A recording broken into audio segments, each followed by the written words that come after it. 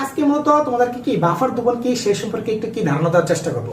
আচ্ছা, বাফার দ্রবণ কি দেখো, বাফার দ্রবণ হচ্ছে কি এমন একটা দ্রবণ, এমন একটা কি দ্রবণ, যে দ্রবণে আমরা কি করি সামান্য পরিমাণে কি মৃদু অ্যাসিড বা কি ক্ষার যোগ করলে ওই দ্রবণের কি পিএইচ এর মান পরিবর্তন হয় না, তখন ওই দ্রবণটাকে কি বলে বাফার দ্রবণ বলে।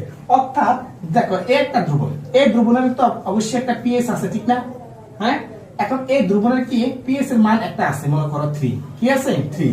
এখন আমি কি করলাম সামান্য পরিমাণ কি অম্ল, হ্যাঁ অম্ল কি করলাম বাইরে থেকে আমরা কি যোগ করলাম, সামান্য পরিমাণ কি যোগ করলাম অম্ল। এখন সামান্য পরিমাণ যদি অম্ল যোগ করছি তাহলে কি অবশ্যই কি এখানে দ্রবণের কি পিএইচ এর মানটা কি পরিবর্তন হওয়ার কথা। কিন্তু যদি কি দ্রবণের পিএইচ এর মানটা যদি কি পরিবর্তন না হয় তখন সেই দ্রবণটাকে কি বলে বাফার দ্রবণ বলে। এবার সেটা কি অম্ল পাঠাতে পারি, আমি কি সামান্য পরিমাণে কি ক্ষারও পাঠাতে পারি। তাহলে এখন দেখেন আমি অম্ল পাঠাই আর কি ক্ষার পাঠাই, যেটাই পাঠাই দ্রবণ যদি কি আমরা কি সামান্য পরিমাণ যে কোনো জিনিসে পাঠাই নরমালি কি ওই দ্রবণের পিএইচ এর মানের কি পরিবর্তন হওয়ার কথা।